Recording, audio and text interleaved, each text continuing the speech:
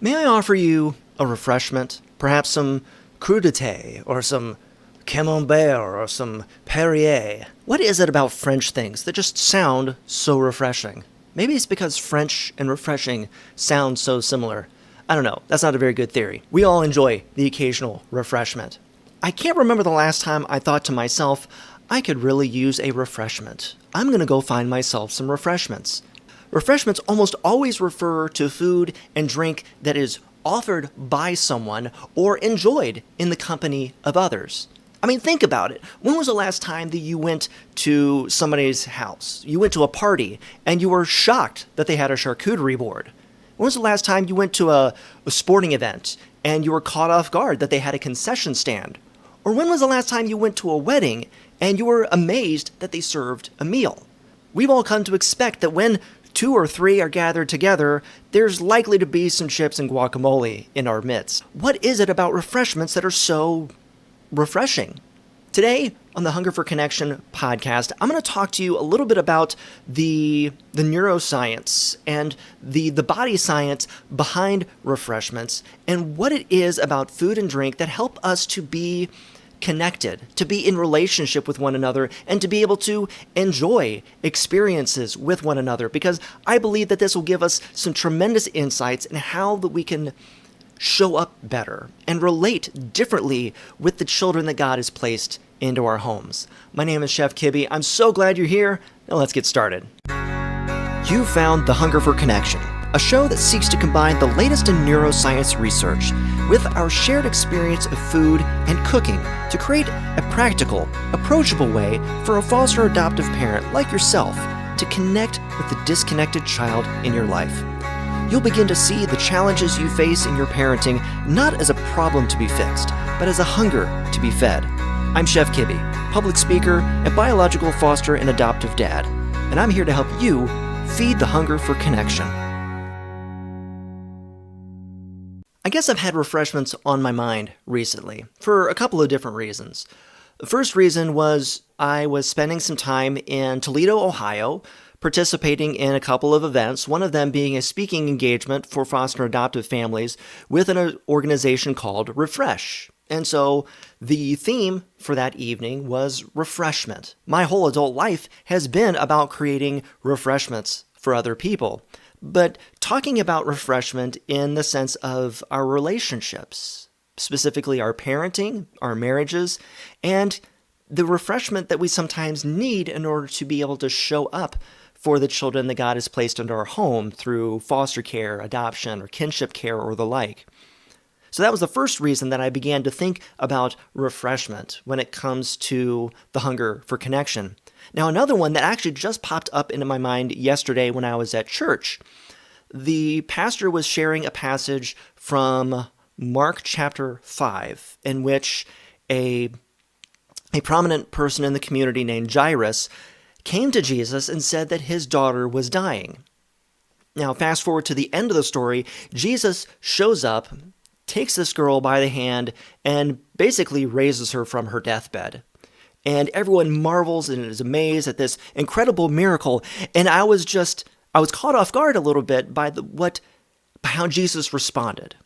He said two things. After he had raised this young girl from her deathbed, he said, "Don't tell anybody about this," which is just a crazy thing to say, because who wouldn't go and spread this news to everybody around? But don't go around spreading word about this miracle, and give this girl something to eat. I mean, what a specific directive by Jesus to say, this girl who was just dying, now she's alive, could you please feed her? And I shouldn't be surprised by that, because food is such an integral part of God's word from beginning to end. I mean, one of the first things that Jesus did after he was raised from the dead was ask his disciples, "You got anything to eat?" There's something about refreshment, something about participating in being fed and feeding others that brings us together. And I don't think we often stop to think about why. Why is it that hospitality, when we talk about the hospitality industry, we often talk about the part of hospitality that I have always participated in, and that's providing food and drink to others. I think it goes back to the first two D's of the hunger for connection. If you remember from previous episodes, hunger can be defined in four D's, four dimensions, well, four things that all begin with D. You have a discomfort, a feeling inside of your body, which of course is not just in your gut. We feel hunger in all different parts of our body. And that discomfort is created by a deficiency of nourishment, of nutrients, of having something not only in our stomach, but also having the blood sugar running through our veins and into our brains and the energy going into our muscles.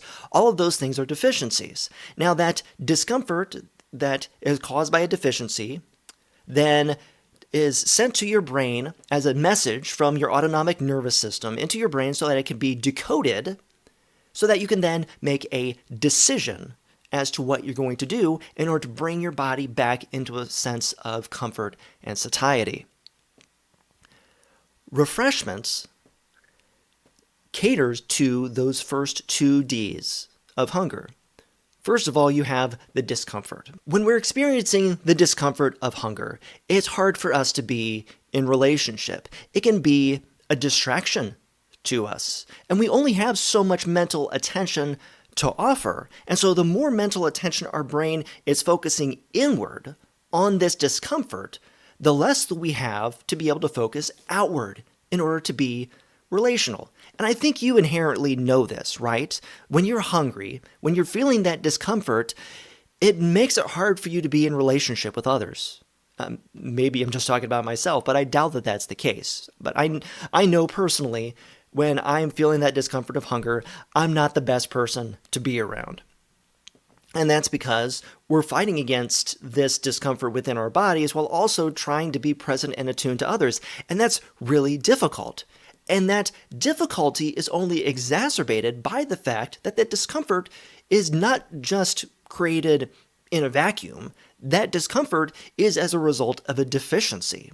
That deficiency of nutrients, of the blood sugar, also impacts our ability to be in relationship because our brain not only has a limited amount of attention, but that attention is further limited by the fact that when we have limited resources going to our brains, going to our muscles, going to all of those different parts of our body that need it, then we are further inhibited from being present and attuned in relationship.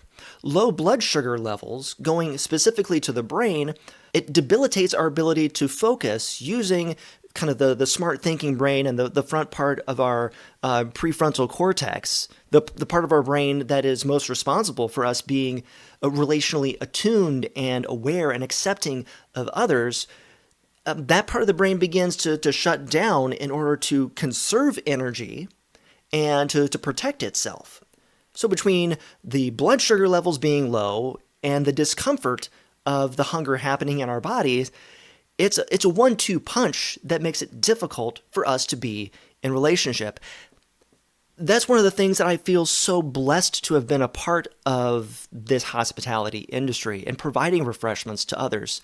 I always considered it a sacred trust that had been put into me specifically as a caterer. For example, when I was catering a wedding, I wasn't just making sure that there was food on the table. I was allowing the host or the hostess, let's say the mother of the bride, I did not want to have to worry that there was enough brisket or roasted vegetables for all of her guests, because that would take away from her ability to be present and attuned to the things that are happening with her family and her friends and her loved ones that were there.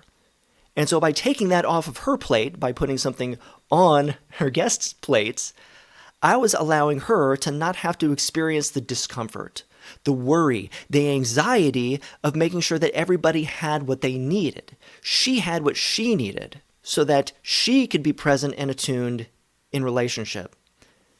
Again, I feel like that's something that we all intuitively understand as well, because many of us have experienced situations in which someone close to us has experienced a very beautiful occasion or perhaps a tragic occasion, like sorry, I'm surprised I'm getting all choked up about this. Maybe it's still very new, very raw. We've had people very close to us who have lost individuals of their family, some of them children. And when something like that happens, the first thing that we think of is how can we help them get through this season? And one of the most practical ways is to set up a meal train. We sign up for meals. We organize how we can put food on their table. And it can seem like a really insignificant and insubstantial way to help this individual, this couple, this family through a really tragic chapter of their lives. But I would argue that it is one of the most impactful ways that we can do so, because by meeting the hunger for connection in these individuals, by actually dealing with their hunger, by giving them refreshments for their body, it allows them to not have to worry, to not have to be anxious about how their bodies are going to get fed, and instead be able to spend that time and that focus and that energy on mourning, on celebrating, on being present for each other. And that is an incredibly beautiful and powerful and wonderful thing that we can do for each other. But we can get frustrated sometimes because there have been cases when refreshments aren't all that refreshing. Have you ever hosted a dinner party and you put out a bunch of food on the table, or maybe it was a buffet that you had created. Maybe it was a potluck that you had attended, and you made your favorite family dish that you brought to all of your family occasions, and you decided you're going to bring it to this potluck as well. Have you ever been to one of these events and come back a few minutes later and found everybody else's dishes had been touched except for yours? Not only do you feel like your food was rejected, but you feel like in some way you have been rejected. Because the refreshments that you provided, they didn't find worthy or acceptable to place on their plates and into their bodies. That's a real thing. That's a real discomfort. And on the reverse side, there have been times when perhaps you have indulged in a certain refreshment and it just didn't sit right. Like maybe that potato salad had been sitting out for a little bit too long, or maybe those cold ones weren't exactly all that cold. And there was a wise man that once said, a warm one is hardly a one at all.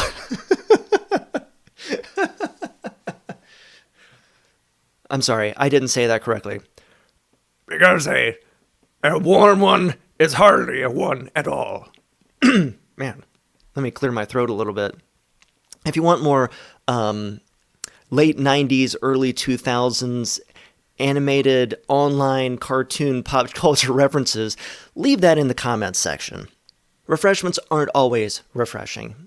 And when they aren't, it creates a disconnect in relationship, whether you're the one offering the refreshment or if you're the one receiving it. And I think that is something that hit home with you.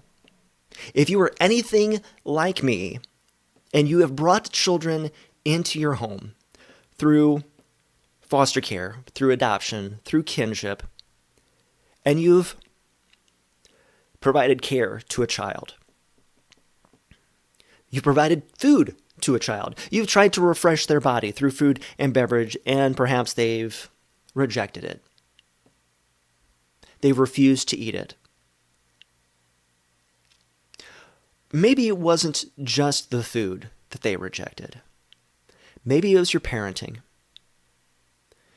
Maybe even as loving and compassionate a heart that you had in trying to give a child direction and support and encouragement and rules and boundaries that would help move this child onto a better and healthier and safer path. And they have met you with defiance, with disagreement, with dishonor, with disrespect, they did not find your refreshment all that refreshing. And that's hard.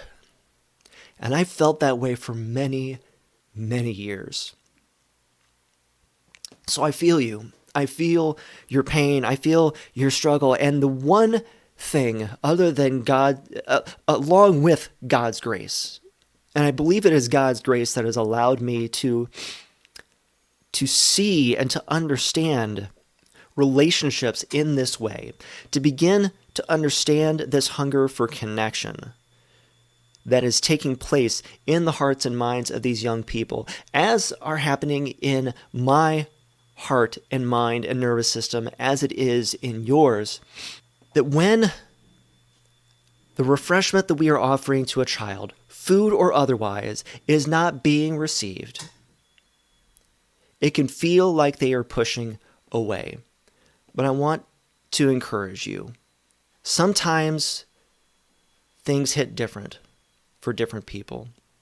If my dish on the potluck gets passed over, it's not a rejection of me. It is somebody's eyes, somebody's brain, somebody's lived experiences are telling them this is new, this is different, this is weird, this is not going to sit right. And that may seem like a really weird thing to say in this context, but I think that it is accurate. A child who has been disconnected from their family of origin, a child who has experienced neglect, abuse, trauma, has different lived experiences than you or I, or perhaps different from what you or I will ever experience. And that impacts the way that they experience the discomfort and the deficiencies that they experience with regards to food, with regards to receiving love and compassionate support and care from others.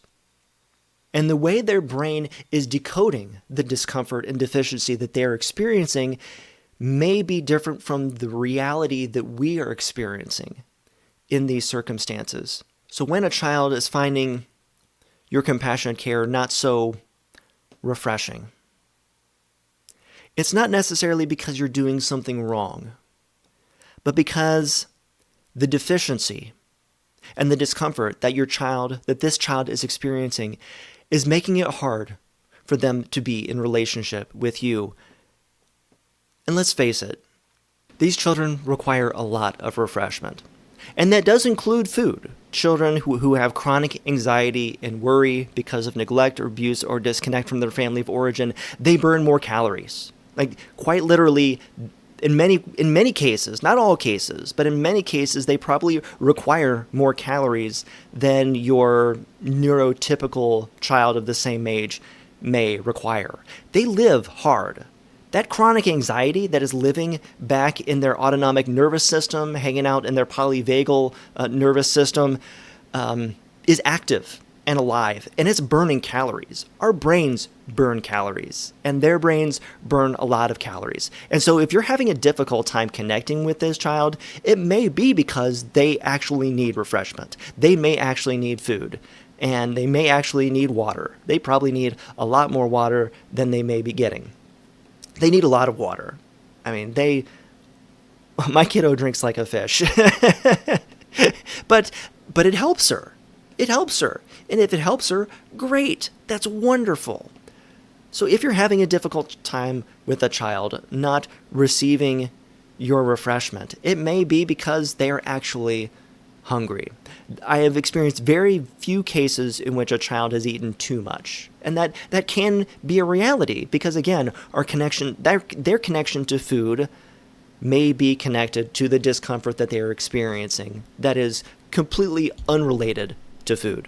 They are probably also experiencing a deficiency and a discomfort because of their disconnect from their family of origin, feeling that disconnect from themselves, from other people, from their environment, from their sense of hope. And that decreases their ability to be accepting and open to relationship. And while it can be really easy for us to feel dejected and rejected when they are not responding the way we would like them to our loving and compassionate care, I want to encourage you.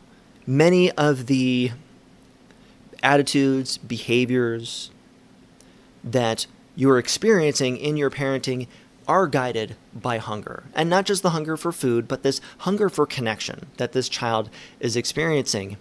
Seek to feed that hunger in them. It's going to be different for every child because each child is experiencing that discomfort, that deficiency in a different way. But at the very least, find it helpful, find it encouraging to be able to have empathy and compassion for a child when they are not finding your refreshment all that refreshing. And seek refreshment for yourself. Go to conferences, meet with a small group, meet with a counselor, and find refreshment for yourself. Find connection with God and with others who understand what it is that you are going through and can remind you of the fact that these children need refreshment. And we may not always know right off the bat what kind of refreshment is going to resonate with them. This work is not easy. Just as difficult as it was for me as a caterer to try to make sure that dozens, if not hundreds of people were fed. That was a huge responsibility because I didn't want that anxiety or that worry or that discomfort to fall on the shoulders of the person who's trying to be present for her friends and family. That same sense of discomfort we don't want to experience in our parenting relationships, and you don't have to do it alone. I am here for you, and I know that there's other people out there that are here for you as well. What is it about today's episode that you found refreshing? I would love to know. Please reach out to me. You can email me at podcast@chefkibby.com. Leave a review where you're listening to this podcast or comment on the YouTube video version of this show. Thank you so much for listening. I hope you found it refreshing. And until next time, I'll see you in the kitchen.